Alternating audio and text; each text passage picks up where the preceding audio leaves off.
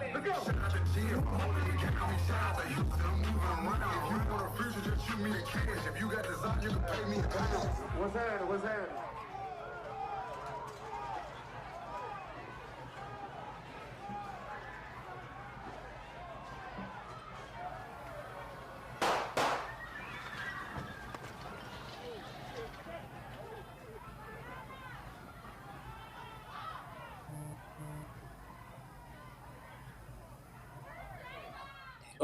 Helping them down off the stage.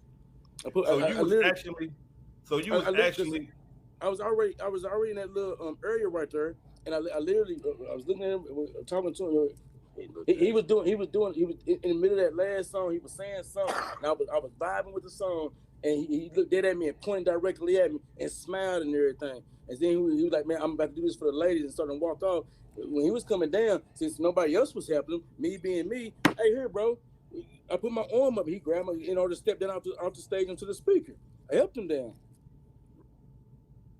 This footage, we looking at Joseph helping Finesse2tymes come down from the speaker.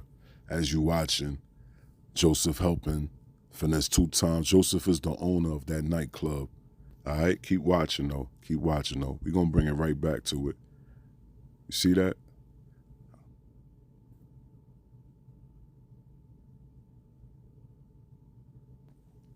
As you can see, you see Finesse2tymes. It's about to sit on the speaker.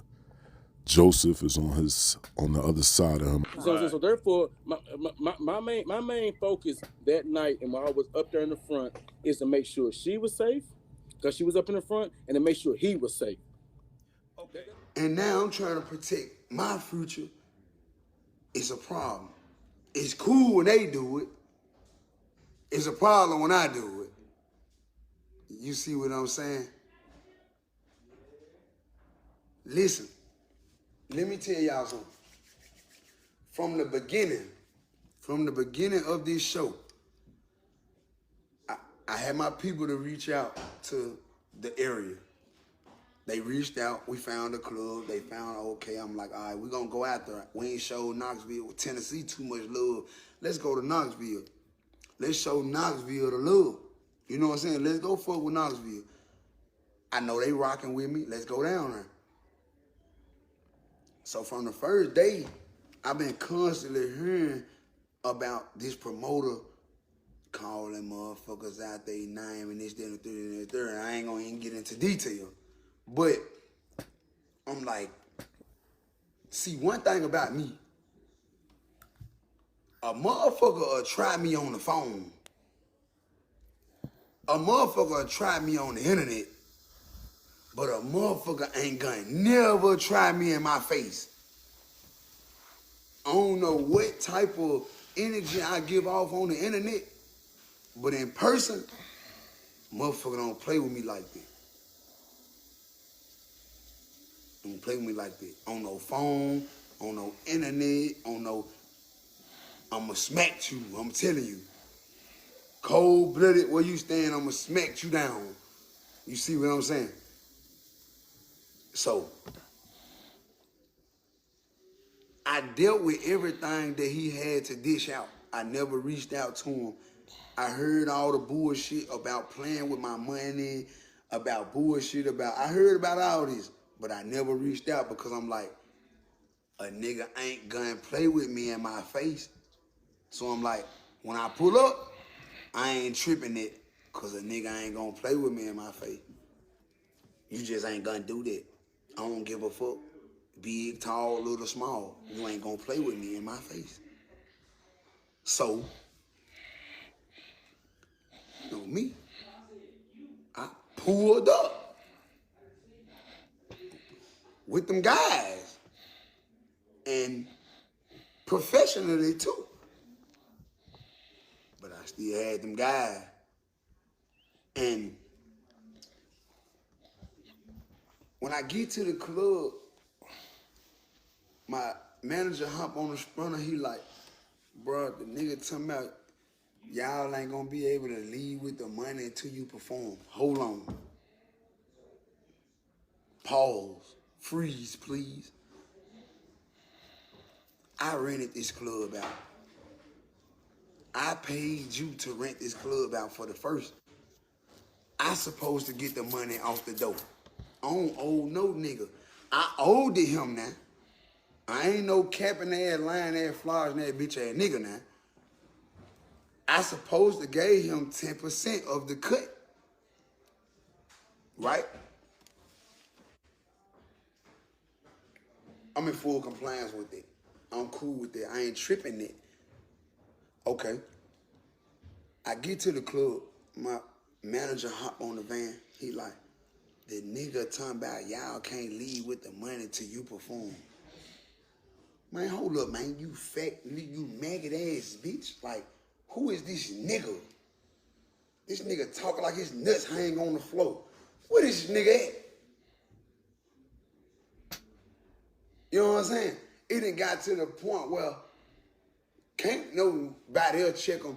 This nigga need to hear from me. So get what I do? I jumps off the sprinter. Where that nigga at? Cause get what? I ain't ducking no wreck. But I don't want no problem either though. Just let me get my do, re, mi, fa, sol, lay. Come clean like the wash machine. I came for that. Put it in my mitt, man. All right.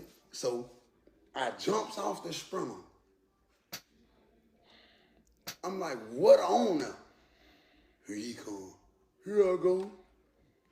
So I'm like, what you mean I can't get my fitted walk? About my fitted. You know what I'm saying? You know what I'm saying though? About my money though. No, that ain't what I said. What you saying, nigga? What is you saying, nigga? Right here in my face now. Fuck that phone. Fuck the internet. What you saying right here in my face now? Oh, no, I want, okay, well, let's have a good time. Let me get that. Put it in, come clean like the wash machine. With bread. So they done released a footage of Mom Deuce racking the bread up like she done stole it. Whole time, this our money. And these folks out here clout chasing, man. Like a motherfucker done did them something. Okay. So I say, hey, well, let's have a good night. Let's go on about our business, man. Let's go on about our business. Let's get in the club. Let me go get my fetty. Boom. I get in the back room. I get my money. I got to check this sack, man. Let me get that now. One thing you got to do is let me get that. And one thing you ain't gonna do is that. One thing you don't do is that. You see what I'm saying? Nah, see, I'm finna get that straight. You need to start making them pay a deposit. That ain't what the business was. They didn't book me, nigga. Stupid nigga. Ignorant nigga. You see? You was one of them niggas that had to work in the field. You couldn't work in the house. Your folk, your motherfucking ancestors, they was some shit. Cause that's how you think.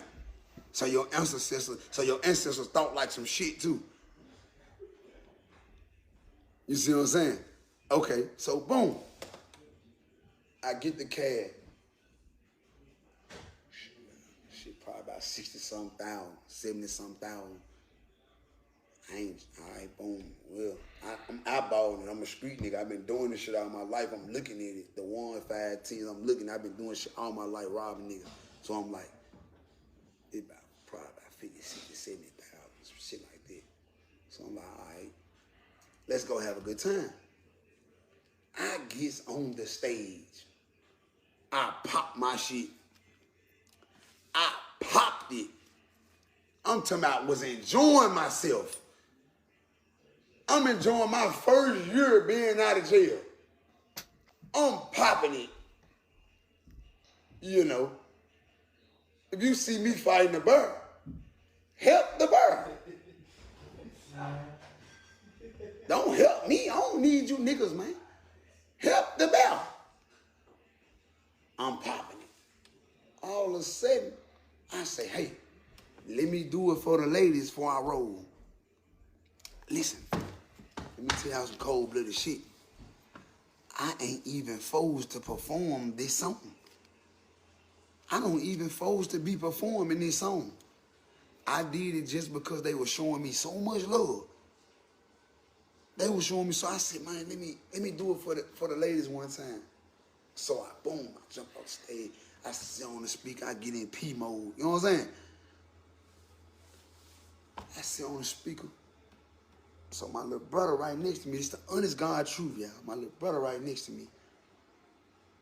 Tay G. So he tell the owner, like, listen, I'm Finesse, man. Nigga walk around with $300,000-$400,000 worth of jewelry on.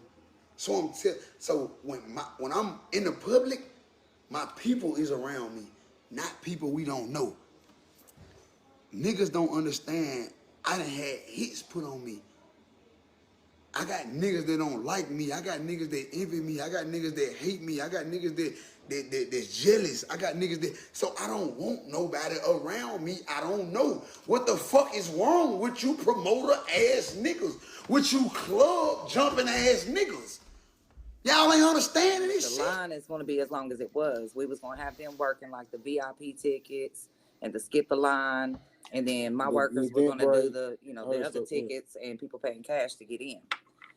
Well, if you was here and you can go back and recollect everything that has happened, it was like his people was causing disruptions in certain areas of the building throughout the entire event that Joseph it was like they kept separating us and make us have to go deal with situations as distractions is the way it seems now. And by the time we found out that Finesse's mother and 5-6 different people had completely taken over the front, and in the process, they were having issues with my security up front. They were being very rude to customers. By the time we found it out that the mother and them had completely pushed my employees, the mother came up and said something to the extent of, I'm here to take over. It's our turn here. And so my employees, it got to the point to where almost every employee from security to whoever was working in here that night, they were so confused as to what they were supposed to be doing now because they're being told different by me, different by Joseph. Now they got Finesse's people telling them, nah, this is what you're supposed to be doing. We took over. This is what we doing now. And my people, knowing that they rented the building, they felt like, I'm assuming I'm supposed to go by their rules. I know this is Hope and Joseph's, but they rented the building and they're saying they're running the show and now they've completely took over the front. But again, these are things we didn't know at the time. So when it come down to when they gathered the money, they weren't even supposed to lock my doors. So when the money was supposed to be gathered, it was supposed to be my security, their security, me and Joseph, and them to remove the money from the boxes, from the drop box, all that at the same time. That way everybody see, ain't no funny business. We all see exactly what's coming out of here. We all go into the same room. We all count it. We do our split. Have a good night. But in the process of all the other distractions going on, that's when the doors was locked. The money was taken into the VIP room. They did what they did with it in the VIP room. They loaded stuff up without us knowing in their vehicles. My thing is, if you think about it, as many people as he had with him on his team, how did all y'all leave? And you didn't leave an earring behind. And you even they took strippers, the strippers that was here that wasn't even part of them. They took their duffel bags. They took two employees' key fobs out the VIP. They cleared the VIP room completely out. And y'all had all that loaded up in the vehicle. But any other people that left this building in that rush left a shoe behind, a purse, a jacket, a phone. You know what I'm saying? It was too orchestrated. It was calculated. Yeah, I'm telling you. And then if you just able to be here and know how now, sit back and watch how the events broke down and how they even moved their vehicles and backed their vehicles up in a way to off. Wow. And their vehicles weren't like that when they first got here. Is the thing. It ain't like when you first got here, that's how you pulled up. That was done in the midst of everything. So now y'all believe that it like this whole thing was orchestrated? I'm almost positive. Actually, the promoter, one of the promoters hit me up that night or that morning, might as well say. Yeah. And he was like, "Man, bro, I believe such and such was set that up on y'all, man, because there ain't no way that happened." You know And what I even mean? said he need to bring that money back to you. Right. You know what I mean? It's Wow. just And that's part of his people. Right. Wow. So since they ran off with all the money, y'all ain't seen y'all cut since, or did they come back and give y'all no, check? No. they been hitting us up And and look- everything like that, and told us that they pretty much told us we was owed 20,000. Which is way less than I know what we're You know owed. what I mean? I even had a security guard who was at the VIP And that's room, without what we put in. and he said that he knows he said when Finesse said they was like $70,000-$80,000, he said double that. What's up, y'all? Tell me what you think. Now, that's the story of Finesse2tymes and the owner of the club, Joseph, and I guess that's his wife by his side. And basically, that's what happened that night. Like, it was some money problems going on. No, it should not have went to that far, but comment down below. Let me know what you think.